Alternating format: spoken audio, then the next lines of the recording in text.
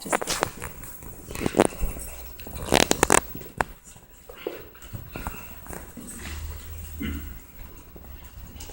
join me in spoken meditation. May the words of my mouth and the meditations of our hearts be acceptable in your sight, O God, our strength and our Redeemer.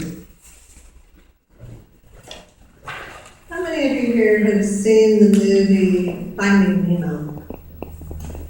Yeah? So, of the people who have seen it, who can tell me what the seagulls say? What? Finding Dory? What did you No, say? Finding Nemo. Oh, who can tell me what the seagulls say? Remember what the seagulls say? Do you remember? Mine? Mine. It was cute in the movie, but I'm here to tell you that I really think that seagulls do tend to have this kind of nature. I have a story that demonstrates what I'm talking about. When our girls were 5 and 7, Tom and I decided to take them to Monterey Bay. They'd never been there before, so it was a surprise. We loaded them up in the car and went for the weekend. We went to the aquarium and they loved it. We went to the beach and they loved it. We dug up sand crabs. They thought that was too cool. And we enjoyed the pier, the restaurants on the pier. But the most memorable thing happened the morning we were leaving.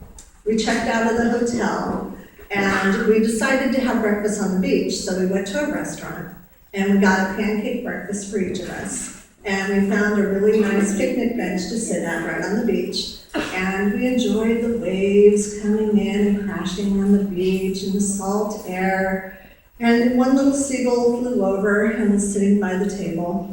And we didn't think anything of it. We unpacked our breakfasts. And we sat down and started eating. And pretty soon 3 or 4 more seagulls landed around us. And we just kind of noticed them and kept eating. Well, my 5-year-old daughter, Haley, decided to take a piece of her pancake and throw it to one of the seagulls. We were surrounded by at least 30 seagulls within a minute. They were just all over.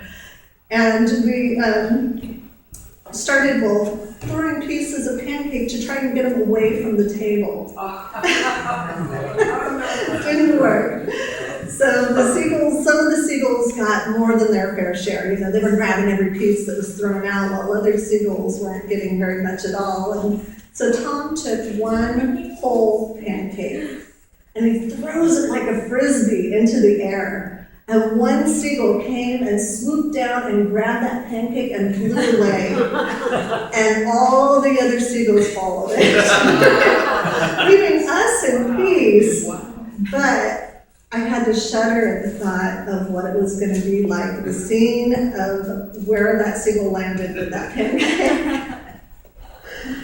And so from then on, I really kind of thought of seagulls as kind of greedy.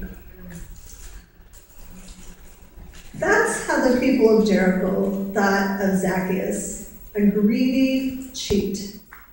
He's described as short in stature. I'm sure most of us remember a song that we learned in Sunday school. Zacchaeus was a wee little man, Wee little man was he. He climbed up to that sycamore tree, Lord, he wanted to see. But Zacchaeus wasn't just a wee little man. He was the big boss in town. He was the chief tax collector for the Romans, and he was rich. People didn't dismiss him as the wee little man. He was more like an intimidating mob boss. He was someone who could and would ruin people financially, and there was no one who would or could stop him. The irony of this story is that in Hebrew, the name Zacchaeus means the pure one, the righteous. But in the eyes of the people of Jericho, he was untrustworthy, despised, and rejected. They definitely didn't view him as the righteous man.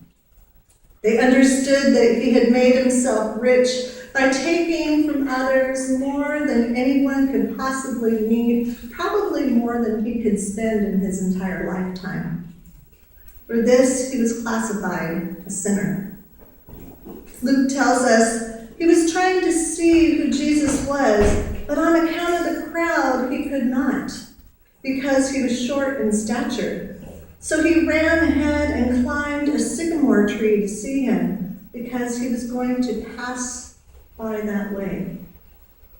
Aren't you curious to know why Zacchaeus wanted to see Jesus? Was he simply curious because he had heard stories about Jesus?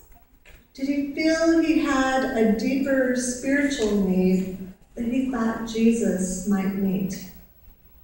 We aren't told by Luke, but we know that Zacchaeus went to considerable trouble to be able to see Jesus over the crowd.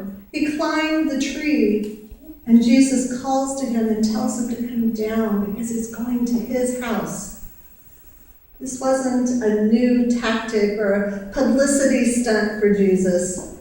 We know that he had been eating with people considered sinners for quite some time.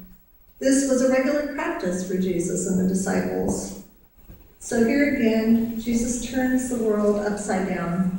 By seeking out Zacchaeus, he confronts our assumptions about who is good and who is evil, who is in and who is out.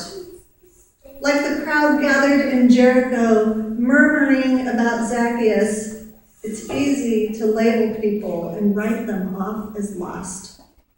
But in doing so, we make the same mistake that seems to repeat itself over and over again since the time of Jesus' ministry. We read throughout the gospel stories about pious Jews that were labeling people in order to define the boundaries of what was important to them. A short time later, the Christian church adopted the same kind of discriminations. Only people who seemed to be of impeccable moral character would be welcomed into the church. I call this the 3 Bs. The order to belonging to the community was behave, believe, belong. This is totally backwards from what Jesus demonstrates. With Jesus, it's belong, believe, behave. And behave means living according to the kingdom of God, which is shalom. Jesus didn't worry about how Zacchaeus had behaved in the past.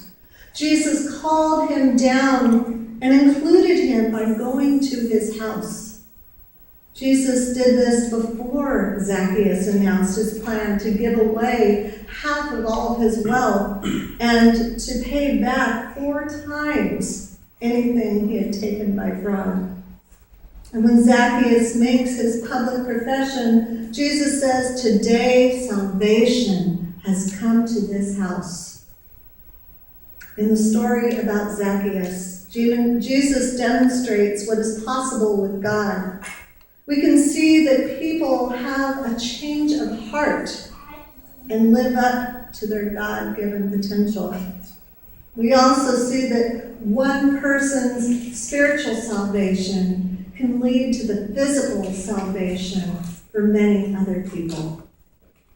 The result of Zacchaeus' changed heart led to a change in the lives of the poor of Jericho and everyone he had cheated over the years.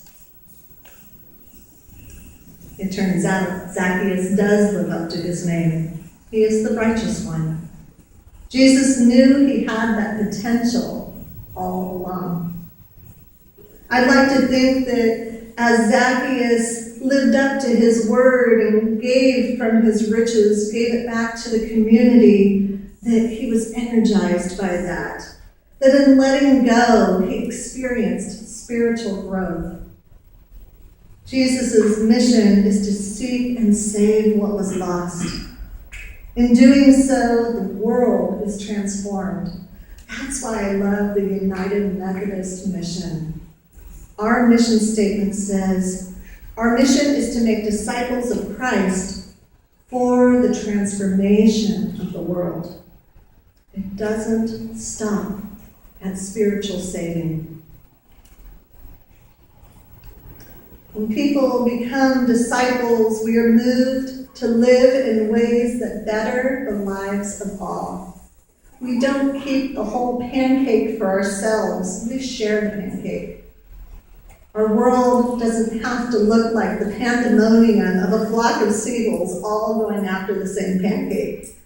With God's help, we can take part in the mission of Jesus to seek and save the lost, which will bring salvation and transformation to the world. Amen. Amen. And now we're going to move into a time